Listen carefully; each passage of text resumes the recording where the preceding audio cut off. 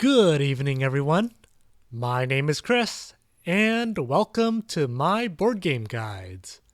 Today, I'm going to be talking about some strategy tips for Agricola, one of my favorite games, and a game that whenever I introduce to new people, I always tell them your objective is to make the most badass farm possible.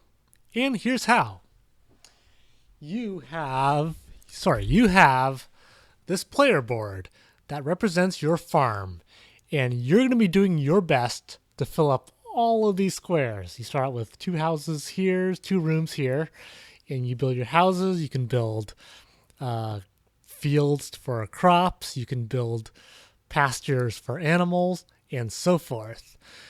But in the course of building your farm, you also have to get your workers to do work. These tokens represent your workers, and you have to also grow your family so that you have more workers to work in the fields. So there's a lot going on in this game, and in the first couple games, it's probably going to be rough. Your goal in the game will be to at least feed your people so that you don't starve. At least for the first 3 games. That's what I recommend most new players strive for. But let's say you've gone past 3 games already. You have a little bit of experience under your belt. You kind of know what's going on. Well, how do you start getting better, and what kind of strategies and tips should you be thinking to become a better Agricola player? Well, glad I can help. So here are some strategy do's and don'ts on how to become a better Agricola player. So the first thing you gotta do is focus on growing your family members to the exclusion of pretty much everything else. So in the first couple rounds, new players will try to plow fields or get wood for animals or whatever, but that's not what you really should focus on. You should grab resources that will help you expand your rooms. So that would mean grabbing wood when you get the opportunity, grabbing the 2 reed when you get the opportunity, or if you're playing a 4-player game where you have the reed stone food tile out, you grab that tile because it gives you plenty of options. But your goal in the first 4 rounds of the game should be to focus on growing your house. Grab that 5 wood, grab that 2 reed, and use that to grow. Because getting more family members means getting more actions. So once you go on the family growth space, you can start really jumping ahead of the competition and start filling the holes that you've basically built up. So other people might have plowed 2, 3 fields by this point. Other people might have had enough for 1 pasture. But having more workers and therefore more actions will help you catch up really quickly. And you'll be shocked at how easy it becomes. Now, with more family members means you've got to find a way to make food. And one of the things I recommend early on is come up with a food strategy. There's probably many ways to go about it.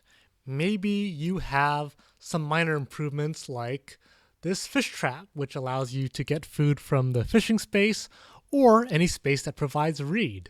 So this could be really good to use, say, reedstone food as a food source, or even just go fishing and get that extra piece of food. Or you might decide that traveling players is your kind of boat for grabbing food because, other people seem to have their ideas set on how to acquire food, so they'll leave traveling players open for you. That might be the avenue in which you acquire food. Or, of course, you might just go for the early fireplace. And once you have the early fireplace, start grabbing sheep like crazy. Those are 3 examples of ways to get food in this game early on that's really cheap and really efficient. So definitely take the time to look through your options to figure out what's the best way for you to get food. Because if you can do that, that gives you the ability to sustain your family's growth and makes the rest of the game much less stressful. And while I'm talking about that, leverage these. Leverage these. Occupations will definitely shape the way you play your game. For example, if you have a lot of occupations that make it easy for you to take advantage of, say, traveling players like this acrobat does, or makes it easy for you to bake bread like this baker does, then you'll definitely want to shape your strategy in a way that allows you to take advantage of the occupations to their greatest potential. And when I say occupations, I'm also referring to minor improvements as well, because minor improvements will also help you shape your strategy. After all, if you have a plow, you know you can procrastinate on plowing fields because you already have an improvement that will make your plow actions much more efficient. So focus on getting the plow out so you can save actions, but then use the occupations to the greatest potential, and that way you can grow your family effortlessly because you will already know what strategy will work best for you. And finally, this is a worker placement game. And what that means is that if you occupy a space on the board, like say the sheep space or the 2 clay space, your opponents cannot use it. And what that means for you strategically is to look at your opponent's board, see what they need, and see if you can deny them that spot without hurting your board position. Because if you can block your opponents and stymie their efforts to build their farm, that gives you a much better chance to succeed in building your farm. So, definitely 4 things to think about when you're playing Agricola, which is focus on family growth by expanding your house, get yourself a good food engine early on, figure out a way to use your occupations and minor improvements to their best ability so you can keep a sustainable advantage throughout the game, and look to see where your opponents want to go so that you can deny them the spot and keep yourself in the lead. So those are the things you should do. What are things you shouldn't do? Well, one of the things I experienced early on when I played Agricola was that improvements and occupations are awesome, and you want to play as many of them as possible, except that's not a good idea, because every card is useful, but some cards are more useful than others, so try to prioritize which cards you want to play. It's tempting to want to play them all, but you'll only hurt yourself in the long run because by focusing so much on playing cards, you forget about the fundamentals of the game. And keep in mind, the fundamentals of the game is about building the most kick-ass farm possible, which means filling up all of the spaces on this board. You don't want to forget that, because if you do, you could find yourself towards the end game with no way to fill up these spaces, and resulting in you taking a lot of suboptimal moves as you scramble to put your farm together. And speaking of the end game, the end of the game features some pretty important cards. Let me pull them out for you.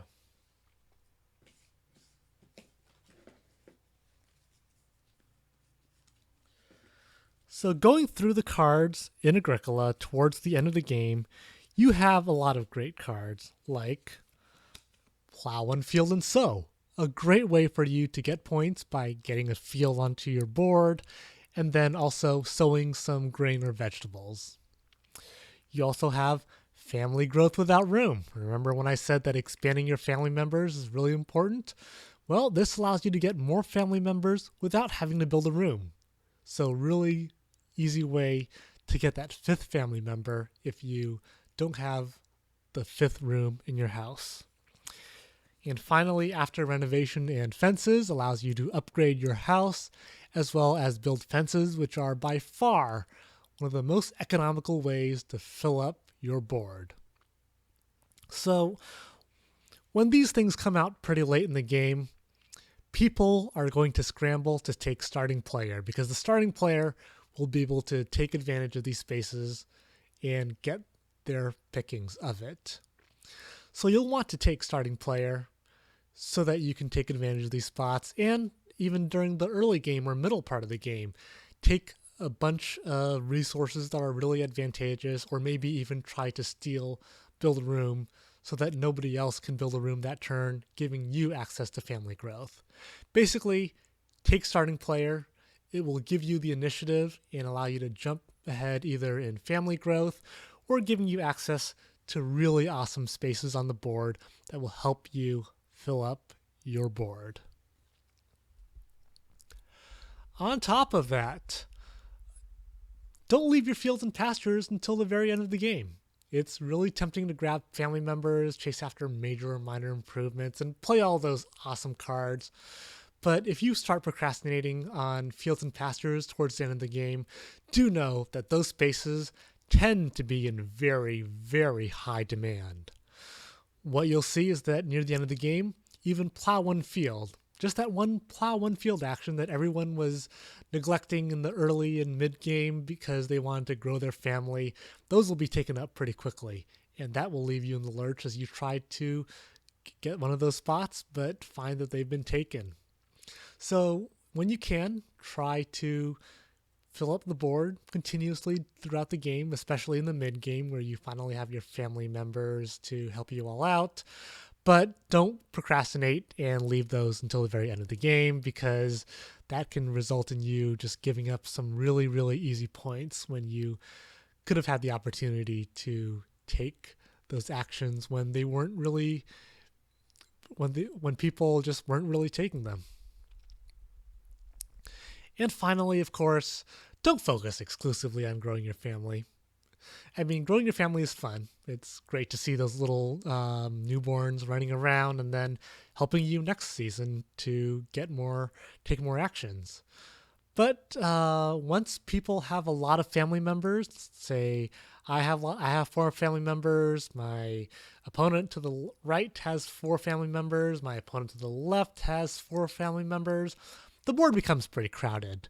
And because of that, less appealing spaces will be available by the 3rd or 4th go around. So sometimes having more family members isn't really helpful when everyone has more family members.